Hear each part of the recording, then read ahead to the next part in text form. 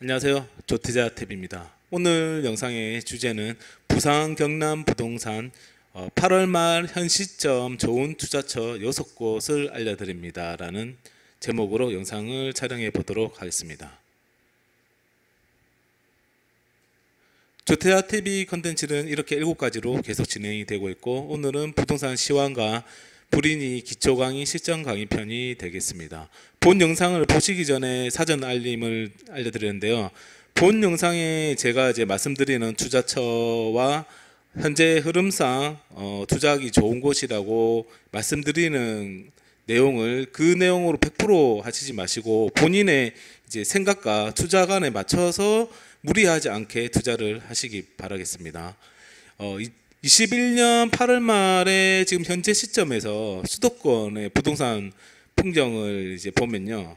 수도권은 지금 2013년부터 8년간 상승 중에 있고, 지금 수도권의 현재 부동산 상황을 보면 기사 내용과 같이 서울 집값은 1년 만에 최대 상승을 하고 있고, 지금 가장 많이 오르고 있는 것은 아무래도 서울 안에서도 이제 외곽 노도강들의 서울 외곽 지역이 아파트 값의 키 맞추기 현상이 뚜렷이 나타나고 있고, 또 그 이유 중에 하나가 이 지역이 상대적으로 저가 아파트가 많다 보니 6에서 9억대의 이제 대출이 잘 되고 많이 나오는 이쪽 지역으로 실거주자들 수요가 쏠려 있는 그런 경향도 있고, 그리고 지금 이제 이 지역도 거의 9억이 넘었거든요. 지금 서울의 중위의 평균 아파트 가격이 11억이고 뭐 이제 거의 다 9억대에 다 붙었고, 또 한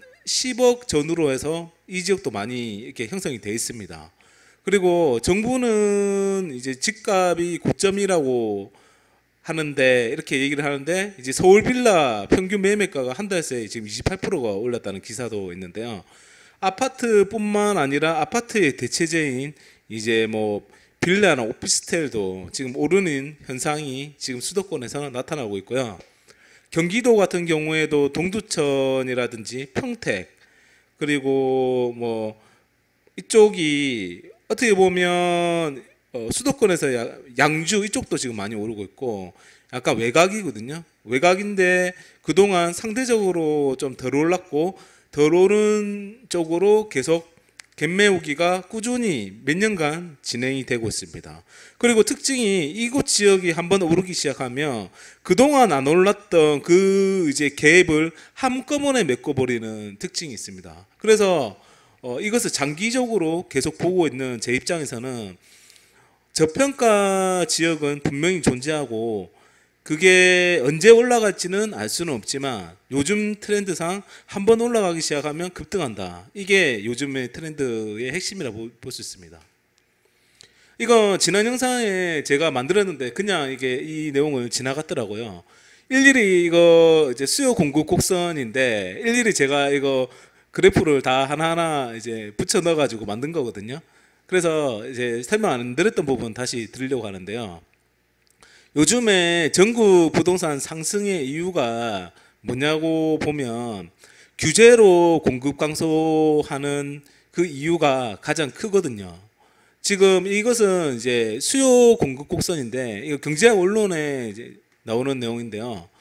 지금 이쪽 그래프는 이제 가격이고 이쪽으로 가면 이제 수량입니다. 그리고 이 우사형하는 그래프는 공급 곡선이고 아래쪽으로 내려가는 건 수요 곡선입니다.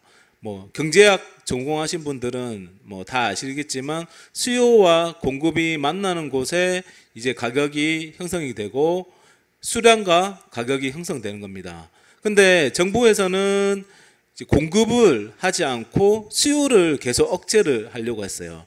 그래서 수요를 이 수요 곡선에서 밑으로 내려버리면 거래도 줄고 가격도 떨어질 것이다, 이렇게 예상을 했는데, 수요라고 하는 것은 잠시 일시적으로는 약간 멈칫할 수는 있지만 장기적으로는 다시 그 수요라고 하는 것은 없어지는 게 아니고 또 생기는 거거든요. 그래서 수요를 억제를 한다고 그게 문제가 해결되는 게 아니고, 오히려 수요를 눌러지는 게 아니고 공급을 줄여버리는 효과를 내고 있습니다. 대부분의 규제책이요.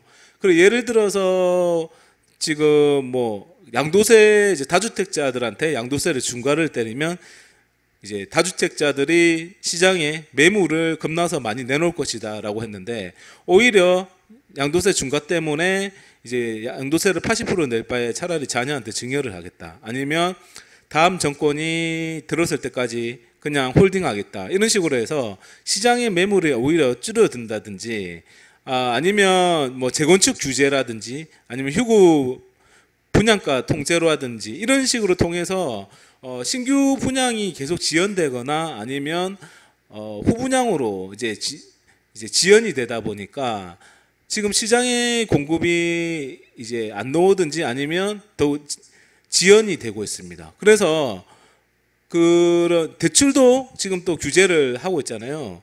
그러면 또 이것도 대출 규제를 하면 이제 수요를 억제한다 이런 마인드로 대출 규제를 하는 거거든요. 그렇지만 사실은 수요가 눌러진다고 해서 눌러지는 게 아니고 오히려 그런 효과들이 이제 공급을 줄이는 결과를 낳고 있는데요. 이런 식으로 공급 곡선이 줄어들어서 위로 올라가 버립니다. 그래서 이 위쪽으로 공급 곡선이 이동하면서 거래량은 줄어들지만 가격은 올라가는 지금 현재 상황을 이렇게 만들고 있는 겁니다. 그리고 부동산 시장을 안정화시키겠다 이렇게 공언을 했는데 지금 안정화되지 않고 있죠. 그것의 핵심은 저는 거래량이라고 보고 있습니다. 보통 그 거래량이 너무 많으면 그게 집값이 폭등하고 거래량을 안정되게 관리를 해줘야 한다. 이런 얘기를 많이 하잖아요. 맞습니다. 그러니까 거래량은 너무 일시적으로 많이 폭발을 해도 안 되고 거래량이 너무 없어도 안 됩니다. 가장 좋은 것은 꾸준히 뭐 계절적 영향에 따라서 뭐 이렇게 월별로는 차이는 있겠지만 거래 단절이 없이 꾸준히 거래가 일어나면서 천천히 우상향하는 그래프가 가장 좋은 부동산 시장의 풍경입니다. 그렇지만 지금 이제 대출 규제라든지 수요 억제 정책이라든지 이런 규제책은 거래를 단절시키거든요. 그리고 거래를 단절시키면 이제 문제점이 뭐냐면 부작용이 발생을 하는데 이거 수도 폭발이 아니고 수요 폭발 시기에 가격이 폭등한다는 거거든요. 그러니까 이제 공급의 매물은 항상 일정하게 시장이 있습니다. 그렇지만 수요를 이렇게 단절을 시켜버리고 거래량을 없게 만들어버리면 언젠가는 계절적 요인이라든지 아니면 뭐 여러 가지 상황 그 매수 심리가 다시 살아난다든지 여러 가지 이유로 다시 수요가 그동안 단절됐던 그 수요가 어느 일정 시점에 갑자기 막 폭발을 하거든요. 그러면 공급량은 항상 일정하게 있습니다. 우리가 주식 투자를 할 때 보면 급등하는 이제 주식을 보면 매도로 나와 있는 물량이 별로 없습니다. 왜냐하면 그것을 일시적으로 매수하는 세력들이 한 번에 많이 사기 때문에 상위에 걸려 있는 이제 매도 물량이 거의 없기 때문에 이게 떡상하는 거거든요. 마찬가지로 부동산 시장도 마찬가지입니다. 공급량은 일정하게 딱 있는데 수요가 한꺼번에 폭발을 해버리면 거래량이 한 번에 폭발하면서 매가가 호가가 실거래가 되는 시장이 발생하고 이런 내용들이 작년에 부산 부동산이 이제 폭발할 때 급등할 때 이런 모습이 참 많았습니다. 그래서 앞으로도 거래량을 억제를 계속하게 된다면 시장에 이제 안 좋은 영향이 계속 있을 것 같고요. 만약에 안정적으로 관리가 되는 시장으로 이제 한다면 꾸준히 거래가 되면서 내가 부동산을 그러니까 시장에서 매수하는 사람들이 내가 못 살 것 같다. 지금 사지 않으면 못 살 것 같다라는 심리가 없어져야 됩니다. 언제든지 나는 내가 돈이 있다든지 아니면 어느 시기가 되면 언제든지 시장에 매물이 있어서 내가 살 수 있다. 이런 심리가 항상 시장에 반영돼야 그 시장이 안정되는 거거든요. 그래서 거래량이 일정하게 유지하게끔 만들어주는 시장이 가장 좋은 시장입니다. 그리고 대출 규제를 요즘에 많이 해서 실수요자 피해까지 난다라는 기사가 나왔고, 이전 영상에도 제가 이런 얘기를 드렸는데, 대출 규제는 역시나 이게 거래량을 단절시키는 효과입니다. 이전 영상에도 제가 말씀드렸지만 대출 규제를 한다는 것은 주식시장에서 사이드카를 발동하는 거랑 마찬가지거든요. 일시적으로 거래를 못하게 만들어서 거래량이 많이 실리면서 급등하는 시장을 막겠다라는 얘기지만, 이것은 뭐 사이드카처럼 다시 그 급등하는 심리를 막을 수는 없고, 그게 풀리면 다시 올라가는 것처럼, 이게 대출 규제를 한다고 해서 그게 문제가 해결되는 거 아니고, 2005년에도 노무현 정권 때도 썼던 똑같은 대출 규제의 모습을 지금 2021년에도 똑같이 쓰고 있습니다. 2005년에도 이제 6월달, 8월달에 대출 규제를 하면서, 이때는 미성년자 주담대 금지와 30대 미만 미혼자의 DTI를 40%까지 상한을 정해놨습니다. 지금 이제 좀 있다가 이런 정책도 나올 수도 있어요. 지금은 30세 미만의 미혼자라고 뭐 못 사는 건 아니잖아요. 직장이 있고 뭐 어느 일정 조건, 소득 요건만 되면 그냥 대출 이제 조정 지역에 이제 DTI 규제는 있겠지만, 이렇게 어느 일정 층을 이제 세대를 대상으로 이렇게 집중 타겟해서 대출 규제를 하는 적은 없었거든요. 그러니까 이런 것도 이제 앞으로 나올 수도 있고, 뭐 대출을 계속 억제하는 정책은 과거부터 계속 있었습니다.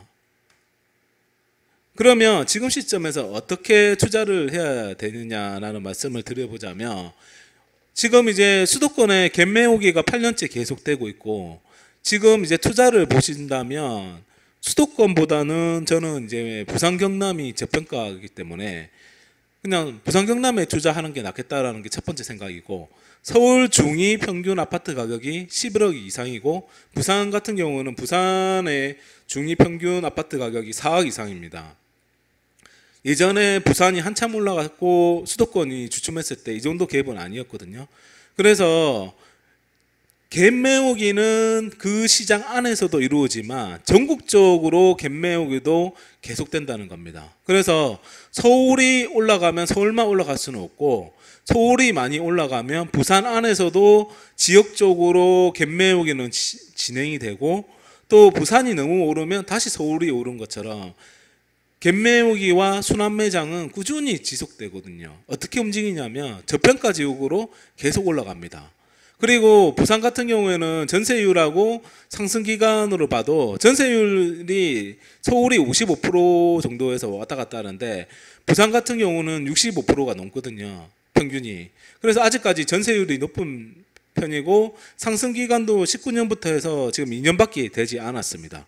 그래서 아직 부산 내에서도, 그리고 경남 통틀어 봐도 이제 부산 경남에서 갭 메우기가 충분히 진행되지 않은 상황이기 때문에 부산 경남이 투자하기는 좋은 시기라고 보고, 또 갭 메우기 순서는 A급지에서 B급지, C급지로 흐르고, 신축, 재개발, 재건축이 먼저 우선해서 투자 선호가 되기 때문에 급등을 하면 인근 지역, 준식축, 그리고 입지 좋은 구축까지 오르는 순서로 또 갭 메우기가 진행되고, 고가 아파트가 먼저 올라가면 고가 아파트에서 다시 중저가 아파트로, 특히 요즘같이 대출 규제가 많을 때는 6억과 9억 사이, 그리고 6억 이하의 아파트들이 갭 메우기로 상승률이 더 많은 경우가 많습니다.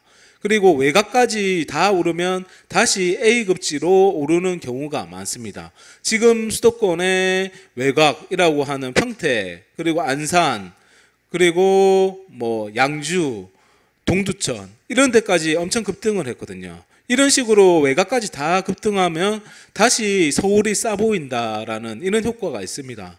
그래서 서울이 요즘에 다시 달리는 것도, 항상 가격이라고 하는 것은 이제 상대적이거든요. 그래서 상대적으로 저평가 지역으로 계속 투자 수요와 그리고 가격은 계속 오른다라는 게 포인트고요. 부산 같은 경우에도 지금 A급지는 엄청 많이 올랐죠. B급지의 신축과 재개발, 재건축, 그리고 준신축까지는 많이 올랐어요.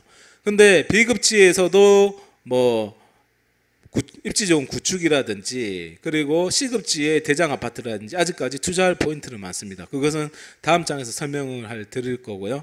갭매우기에 하는 데는 항상 시간이 많이 걸립니다.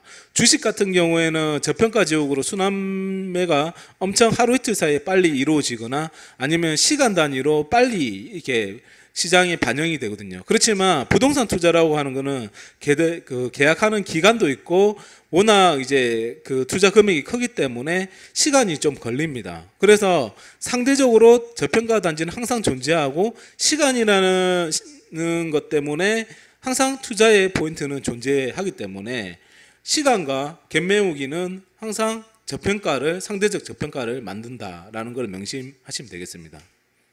그러면 부산 경남 아파트 이제 부동산 투자의 이제 포인트 6가지를 알려드리면 일단 A, B, C 급지를 제가 먼저 설명을 좀 드리자면 이건 제 개인적인 생각입니다. 완전 개인적인 생각이고 A 급지라고 만약에 부산을 A 급지로 만약에 나눈다면 저는 해수동남, 해운대 수영구, 이제 동래구, 남구 이 정도를 저는 이제 A 급지다라고 평을 할 수 있고 보통은 해수동남 0까지 넣을 수도 있는데요. 연제구요.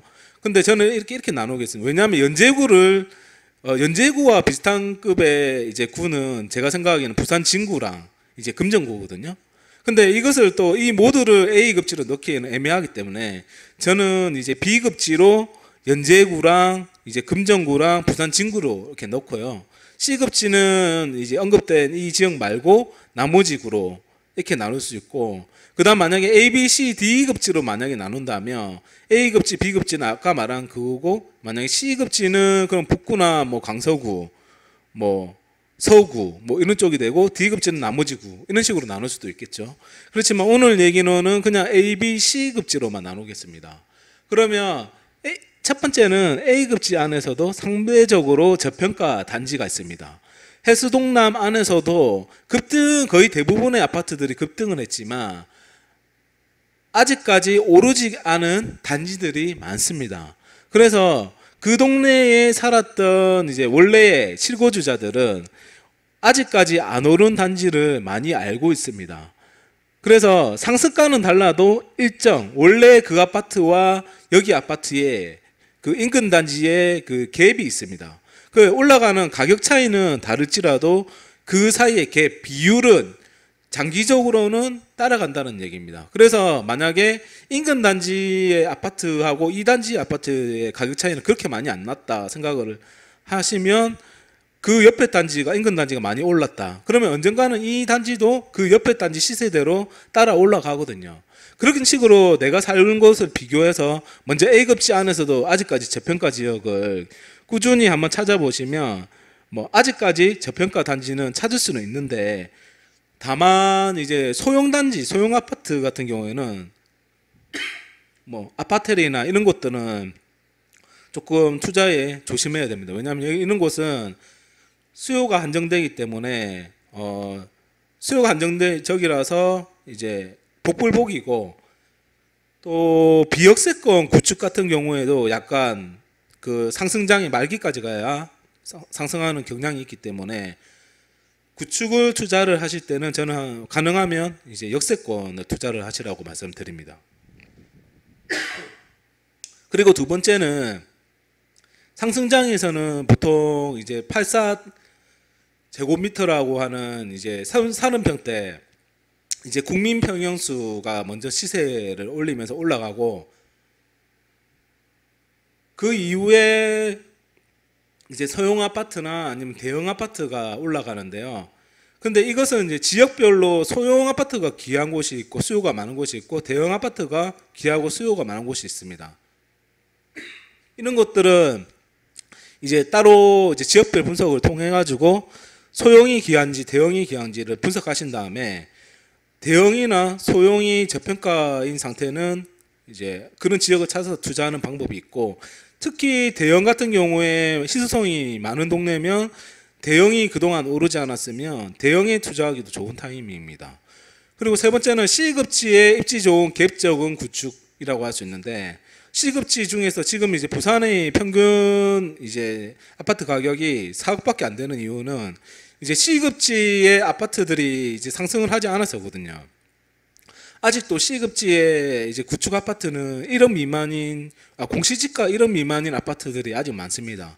공시지가 1억 미만이면서 이제 갭이 좀 적고 이제 역세권 아파트면 갭이 2천 이하면 아직도 투자에 좋은 포인트라고 저는 보고 있고요. 왜냐하면 공시지가면서 부산이면서 역세권이고 갭 이하면 아직까지 투자자들 수요가 저는 많을 것이라 보기 때문에 만약에 투자 자금이 여력이 좀 적은 사람들은 이런 것도 알아보면 좋은 타이밍이고, 그리고 B급지 신축이 주도하는 시장에서 소외된 준신축이 있습니다. 예를 들어서 B급지에서 부산 진구나 아니면 뭐 연제구 뭐 이런 쪽에는 대규모 공급이 많이 진행되기 때문에 신축이 많이 올라가고 또 그 지역의 이제 부동산 가격을 리딩하고 있는데, 이런 곳은 신축 공급이 많기 때문에 준신축들이 가격이 치이면서 상승폭이 적은 경우가 많거든요. 근데 그런 이제 가격폭이 많이 벌어지면 또 이런 지역 같은 경우에도 가격을 못 따라가는 실거주 같은 경우에는 준식축을 찾을 수밖에 없기 때문에 이런 곳에 또 준식축들이 소외되어 있다가 나중에 올라가는 케이스도 있습니다. 그리고 C급지 같은 경우에는 대장 아파트의 투자가 괜찮은데 C급지 같은 경우는 재개발 재건축이 원활하지 않습니다. 왜냐하면 사업성이 많이 나오지도 않고 상승장의 말기에 보통은 이제 재개발 재건축을 추진을 하는데, 말기에 또 추진하다 보면 또 이제 부동산 시황이 꺾이면서 또 조합이 해산되고 이런 식으로 계속 반복이 됐었거든요. 그래서 C급지 같은 경우는 보시면 알겠지만 공급량이 그렇게 많지 않습니다. 신축이 그 재개발 재건축이 많이 추진되지 않거든요.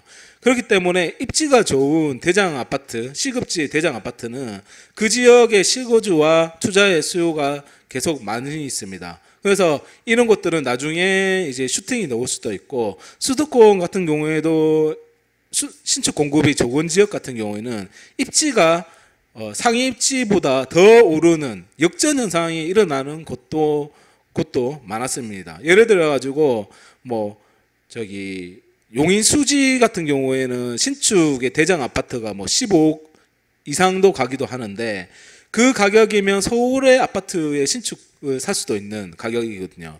그래서 이제 입지의 역전 현상을 날 수도 있는데, 왜냐하면 그만큼 신축 수요가 적은 지역은 생각보다 더 많이 올라갈 수 있다는 개념에서 접근하시면 좀 이해가 되실 것 같습니다.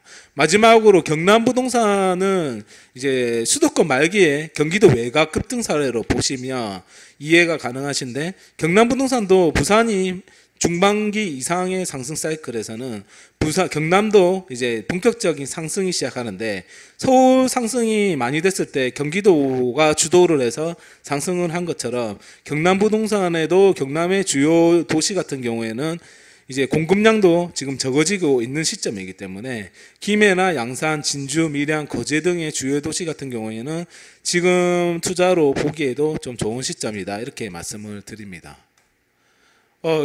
그리고 이제 앞으로 이제 남은 이제 컨텐츠는 이제 앞으로 이제 대선이 누가 될 것인지, 솔직히 그거는 저도 알 수 없죠. 그렇지만 어떤 특정 인물이 됐을 때 어떤 정책을 펼치고 또 그런 정책을 펼쳤을 때 부동산 시장은 어떻게 될 것인지, 뭐 이런 것도 한번 컨텐츠를 생각해 보고 있고, 그리고 뭐 이제 하반기 예상이라든지 이제 2021년에 청량 특공 유망단지라든지 이런 컨텐츠는 계속 준비되어 있습니다. 영상이 도움이 됐고 후속 영상이 기대가 된다면 구독과 좋아요 부탁드리겠습니다. 감사합니다.